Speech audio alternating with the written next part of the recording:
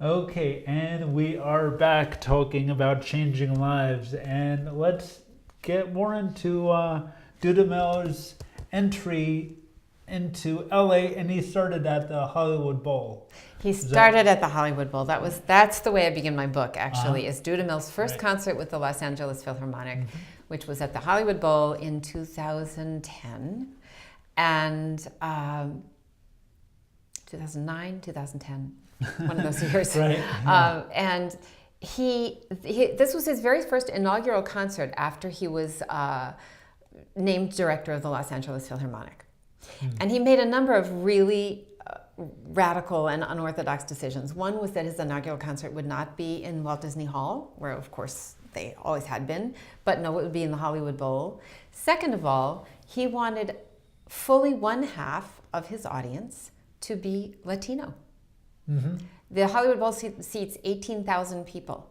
That meant the Los Angeles Philharmonic had to find 9,000 Latino audience members, which it didn't really have access to that much. I mean, it wasn't not used to a great deal of outreach into the Latino community.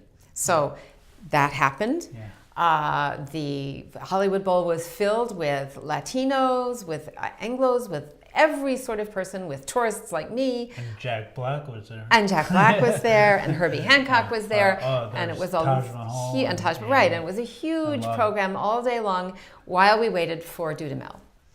So Dudamel finally came in the evening, but he wasn't dressed in a tux, and he was not in front of the Los Angeles Philharmonic. He was dressed in a T-shirt, and he was in front of the children of the El Sistema Orchestra in Los Angeles. So his first public appearance in Los Angeles was conducting the children, little children.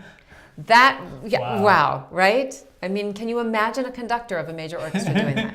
Yeah. So he raises his baton and he starts them off into the Ode to Joy, and they're scared, and some of them haven't played very long. It doesn't sound that good, but he really intensely sort of pulls them through this. And by the end of the piece, it sounds wonderful, and they're inspired and they're energized, and the whole audience, of course, is on their feet roaring, and the children were very excited. Their families were very excited. It was their first time ever to be in the Hollywood Bowl, much less perform there. And then it's so funny how a conductor can bring that energy. That energy. Like you never think about that. I mean, I can't. Well, when I was growing up, I remember like Arthur Fiedler. Yes, and Leonard Bernstein. And Leonard. Yeah. And other than that. You don't see conductors with that kind of warmth and humanity. I mean, you see them commanding and powerful, but the sort of warmth and communicativeness that Gustavo has is really, really unusual. He followed that performance by bringing out the Los Angeles Philharmonic and putting on his tux, and then they did the entire Beethoven's Ninth, ending with, at the end of the evening, with fireworks over the Hollywood Bowl. So it was a perfect Hollywood ending.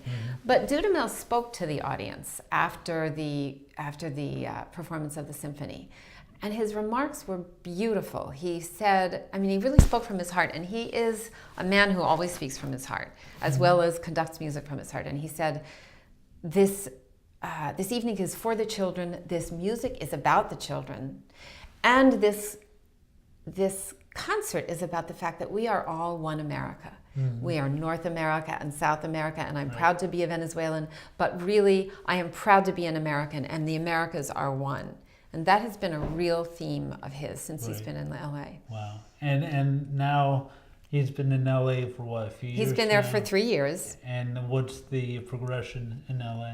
Well, the LA Phil has now a thriving El Sistema program with at several places it has children's orchestras.